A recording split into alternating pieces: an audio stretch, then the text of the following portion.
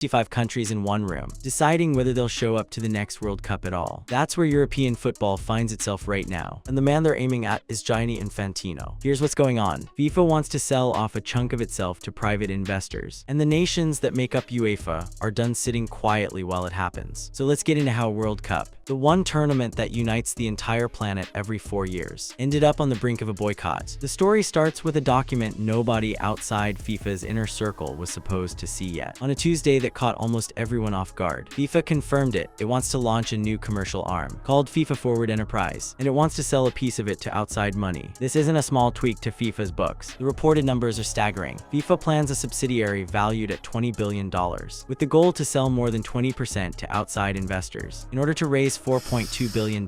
Read that again. 20% of a $20 billion entity handed to private investors for $4.2 billion in cash, and the entity in question isn't some side project. According to the reporting, FIFA Forward Enterprise would bring together the sale of FIFA's commercial rights, including broadcasting, sponsorship, ticketing, and licensing, with the operational delivery of its tournaments. That means the World Cup, the Club World Cup, the Women's World Cup, all of it funneled into one commercial vehicle that outsiders could now buy a stake in. FIFA didn't come out and announce this on its own terms either. The wording of the reporting suggests FIFA got caught. It was only after UEFA went public with concerns about plans it was hearing that FIFA confirmed its president Infantino wants to launch a subsidiary worth $20 billion and sell off more than 20% of the new FIFA Forward Enterprise by raising $4.2 billion. In other words, this wasn't a press release FIFA planned to drop with fanfare. It leaked, or at least word of it did, and FIFA had to scramble to get ahead of it. Now here's where it gets personal for the people who actually run football on the ground. National federations, the ones who send their teams to qualify and play in these tournaments, had no idea. It's understood the Football Association was completely unaware of the plans before Tuesday's rushed announcement by FIFA. Think about that. The English FA, one of the oldest and most powerful federations in world football, found out about a $20 billion restructuring of the sport's governing body the same way the rest of us did, from a headline, and it's not like there wasn't an opportunity to raise it beforehand. Just weeks earlier, FIFA had officials from every federation in one place in New York for the World Cup final. That would have been the moment to say something.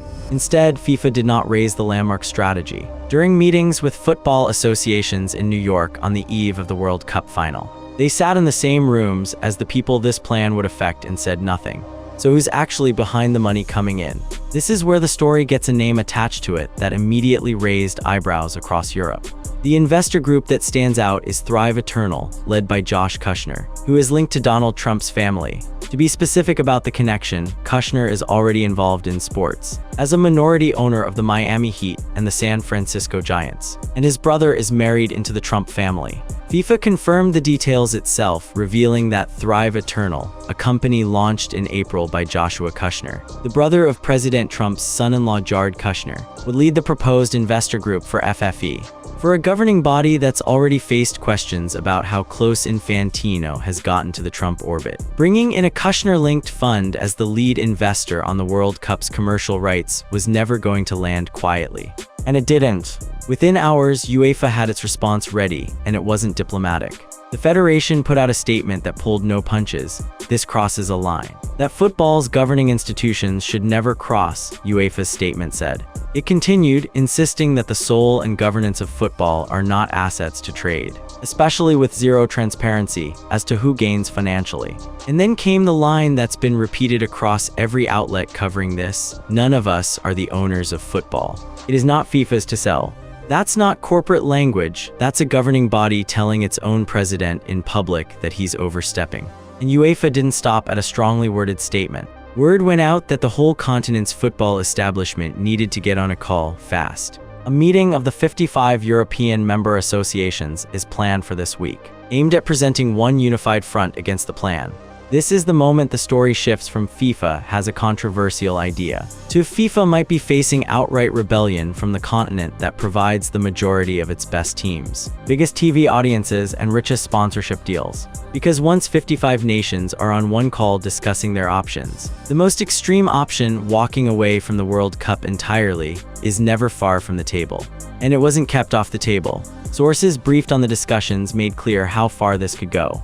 there's understood to be a willingness for European nations to use the ultimate threat of boycotting the World Cup if Infantino does not back down. Not a strongly worded letter, not a symbolic protest. An actual boycott of the tournament that defines the sport. This is the point where you have to ask, has this ever actually worked before? Because a threat only means something if there's a track record behind it. And it turns out there is.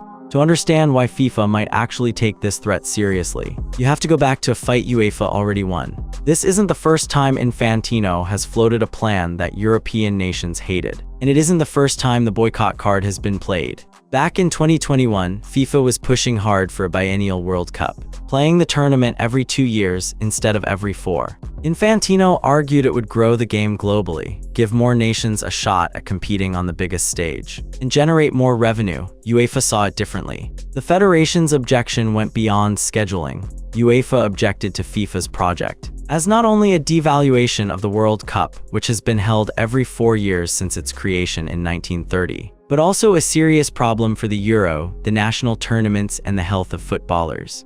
At the time, more than a handful of European federations weren't just grumbling, they were floating something far more drastic. More than a dozen European nations were reportedly considering quitting FIFA altogether if the tournament was played biennially. Quitting FIFA, not just boycotting a single tournament, but leaving the organization entirely. That's how seriously the continent took the threat to the 4-year cycle. Ceferin, UEFA's president, was the one who drew the line in the sand. He told FIFA directly that European nations would not take part if the biennial plan went ahead. And FIFA folded. FIFA abandoned a proposal in 2021 to stage the World Cup every 2 years because of the threat of a UEFA boycott. The plan died. Infantino, for all his ambition, backed down when the continent that supplies the tournament's commercial engine said no. That's the precedent everyone in football is thinking about right now. And reporters covering this new fight over FIFA Forward Enterprise have said as much directly. The same deterrent is expected to be used to fight FIFA's latest plan. It's worth sitting with how unusual this dynamic is. FIFA is technically the parent organization. UEFA is one of 6 continental confederations underneath it. On paper, FIFA sets the rules and UEFA follows them. But in practice, Europe holds a card FIFA can't ignore. Europe remains home to many of soccer's strongest national teams, biggest television markets, and highest profile competitions, making UEFA's participation crucial to the success of any World Cup. Take away European teams, European broadcasters, and European sponsorship money, and the World Cup stops being the World Cup. It becomes a smaller, less lucrative tournament overnight. That's the leverage UEFA is sitting on now, and it's the same leverage it used in 2021. The difference this time is what's actually at stake. A biennial World Cup was about scheduling and player welfare. This is about who owns a piece of the sport's commercial future, and whether a fund with direct ties to the Trump family gets a seat at that table. It's also not the only recent flashpoint between Infantino and Ceferin.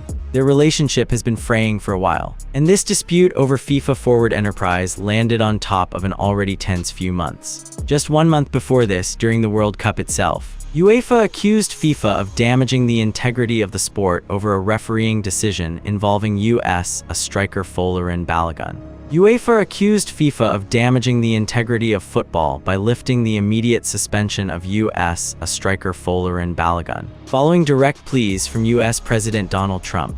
UEFA's language on that decision was blunt. The federation said FIFA was guilty of crossing a red line by making an incomprehensible and unjustifiable decision. Ceferin's response to that whole saga wasn't just a statement. He made a point of it in the most visible way a football official can, by not showing up. Ceferin snubbed the World Cup final, having attended the opening match. For the president of European football to skip the final of the World Cup, the single biggest match in the sport, held on his own continent's doorstep in terms of broadcast reach, was a message aimed squarely at Infantino. And then there was the Golf Tour incident, just this year. Ceferin's camp accused Infantino of putting outside relationships ahead of football's own governance structures. UEFA accused Infantino of prioritizing private political interests when he turned up late for his own FIFA Congress. To join Trump's Golf Tour, that's not a minor scheduling complaint. That's UEFA telling the world on the record that its own president skipped his own organization's Congress to travel with Trump.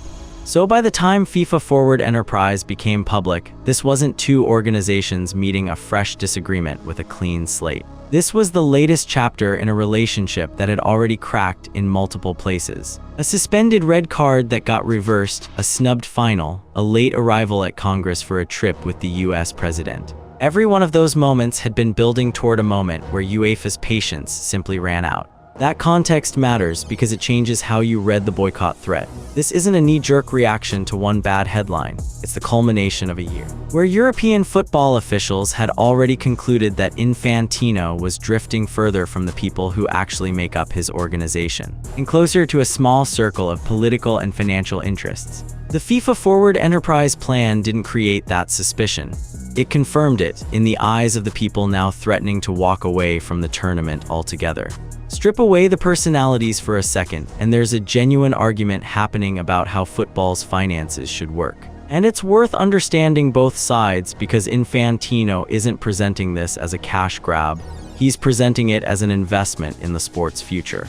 FIFA's public pitch is about development money. The organization says the new structure would massively increase funding to national associations. According to FIFA's own release, the plan could lead to a significant increase in football development funding to national associations and bring FIFA's total planned spending on development to more than $10 billion over the next 4 years. Infantino has personally defended the numbers, insisting the plan would more than double funding available to member associations for grassroots development between 2027 and 2030. He's framed the whole thing in almost populist terms, describing it as the democratization of football worldwide. FIFA has also tried to reassure critics that this isn't a sale of the organization itself. In its own statement, FIFA drew a careful distinction. Outside investors will have only a minority stake in FFE and will not play any operational role. Equally, they are investing in a subsidiary of FIFA and not in FIFA itself. The statement went further, insisting for FIFA nothing changes, and that FIFA would retain exclusive authority over football governance, competitions, match calendar, and all regulatory and sporting decisions. On paper, that sounds like a firewall. Investors get a slice of the commercial revenue, broadcasting, sponsorship, ticketing, licensing, but none of the actual decision-making power over how the sport is run. FIFA even specified exactly what the money would flow into.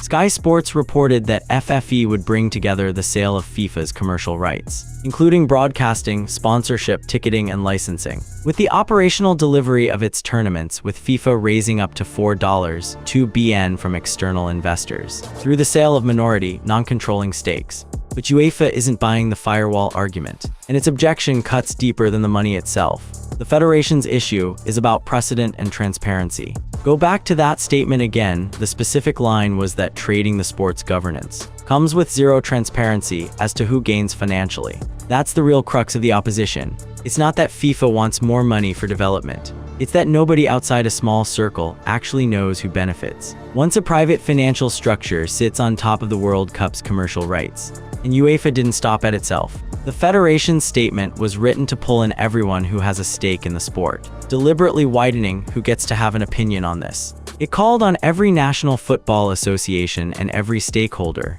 leagues, clubs, players, supporters, governments, and everyone who cares about the future of the game to take the plan seriously. That's not a UEFA versus FIFA turf war anymore, at least not in the way it was framed. It's UEFA trying to make this a whole sport reckoning.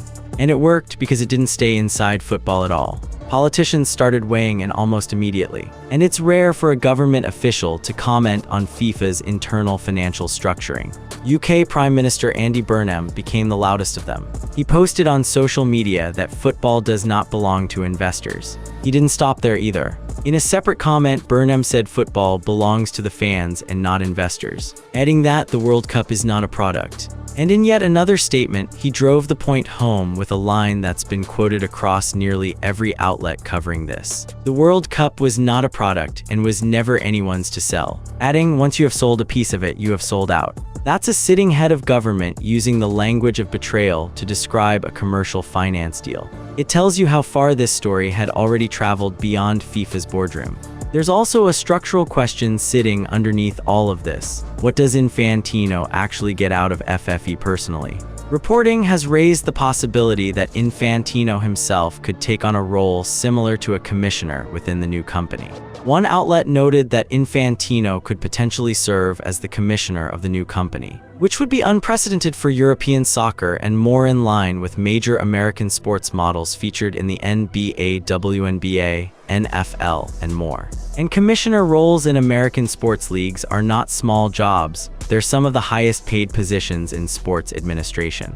Reports note that American sports league commissioners like Gary Bettman, Adam Silver, Rob Manfred, and Roger Goodell all make over $10 million a year, with Goodell's salary reportedly close to $70 million. FIFA has been careful not to confirm any personal role for Infantino inside FFE. The organization's statement stopped short of laying out what, if anything, he'd occupy, saying only that the new company would be owned and controlled by FIFA without detailing his position in it. But the mere possibility that the man pushing this restructuring could end up in the highest paid seat inside the very company being created is exactly the kind of detail that turns skepticism about a business plan into suspicion about motive. So you've got two competing stories running side by side. FIFA's version, this is about doubling development money for the poorest federations on Earth, keeping football's governance entirely in FIFA's hands, and simply modernizing how the tournament's commercial rights are financed. UEFA's version, this is a governance body quietly restructuring itself into something closer to a private company, with a politically connected investor at the front of the line and murky answers about who profits and who ends up running it. Both of those stories are true at the same time, and that's exactly why 55 federations felt they had no choice but to get on a call together.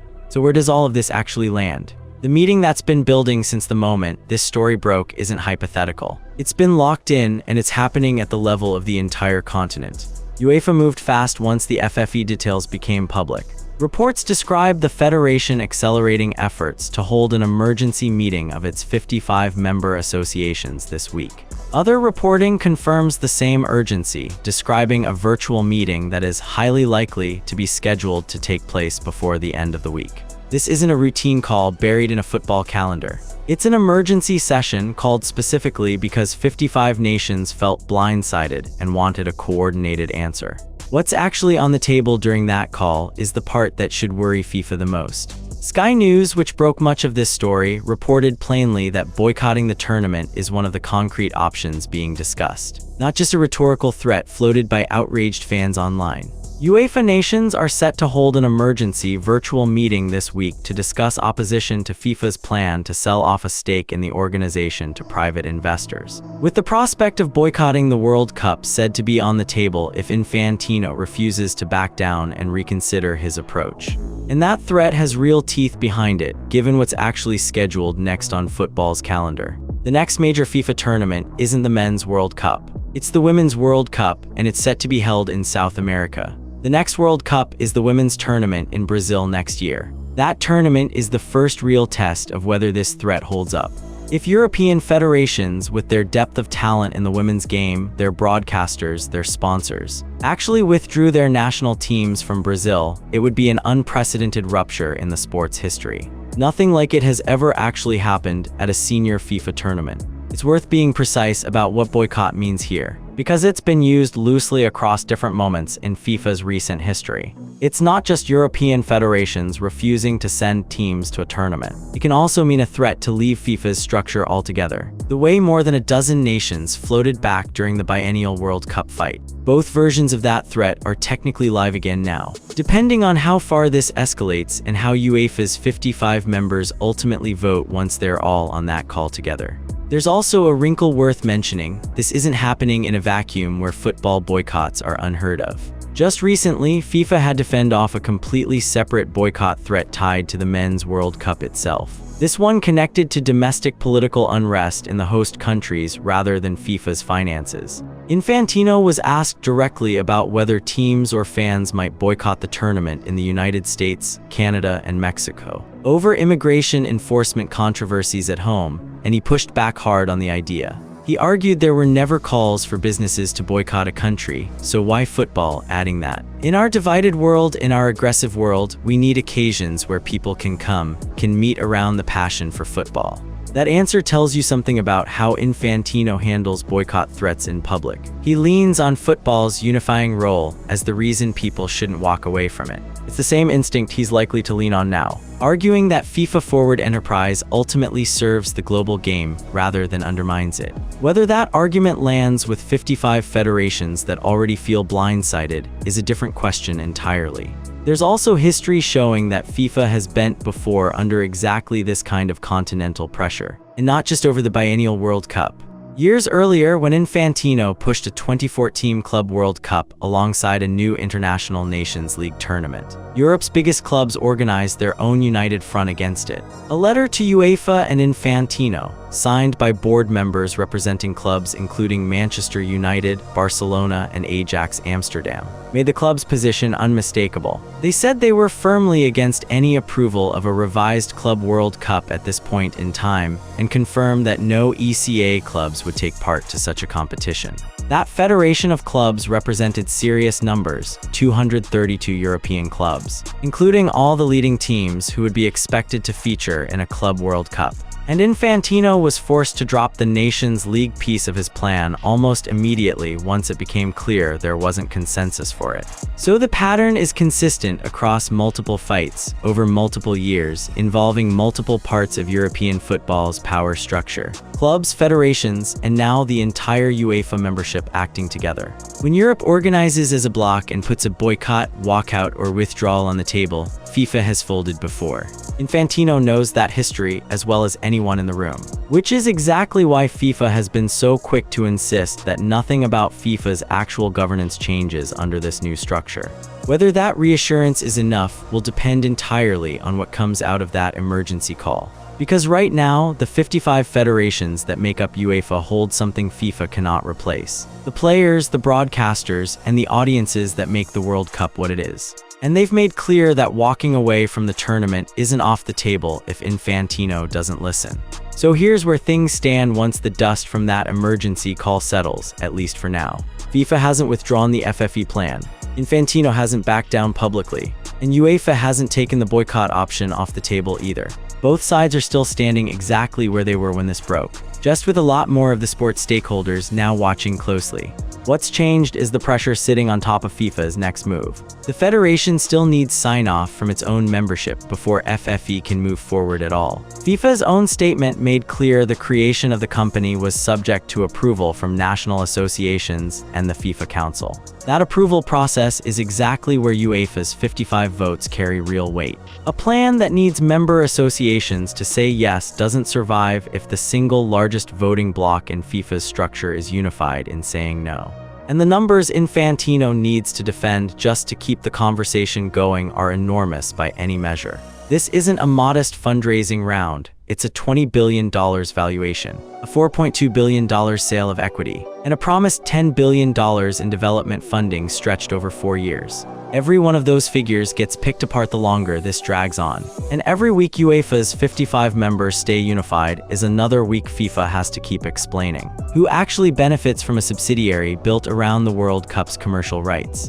The Kushner connection hasn't gone away either. A lead investor tied by family to the sitting US president was never going to be a detail that quietly faded from the story. And it's likely to keep surfacing every time this dispute resurfaces in the news, especially with a Women's World Cup on the calendar in Brazil that now sits under the shadow of this fight. What history actually shows is that these standoffs between Infantino and Europe's football establishment rarely end with FIFA getting everything it wanted at the outset. The biennial World Cup died. The Expanded Nations League died. The 2014 Club World Cup got scaled back before it ever launched. Each time it was the same basic dynamic. FIFA proposes something ambitious and lucrative. Europe's clubs or federations organize against it. And FIFA eventually adjusts course rather than risk an actual split with the continent that generates most of its television revenue. Whether FIFA Forward Enterprise follows that same path, gets modified into something UEFA can live with, or genuinely triggers a boycott nobody in football has ever seen at this scale, comes down to what happens in the rooms, virtual and otherwise, where 55 federations decide how far they're willing to go. Infantino has weathered plenty of confrontations with Ceferin before and kept his job. But he's never faced one where the threat on the table wasn't just a tournament format or a competition nobody had launched yet. This time, the thing being fought over is the World Cup's own commercial soul. And the 55 nations who make it what it is have made clear they're not done fighting for a say in who gets to own a piece of it.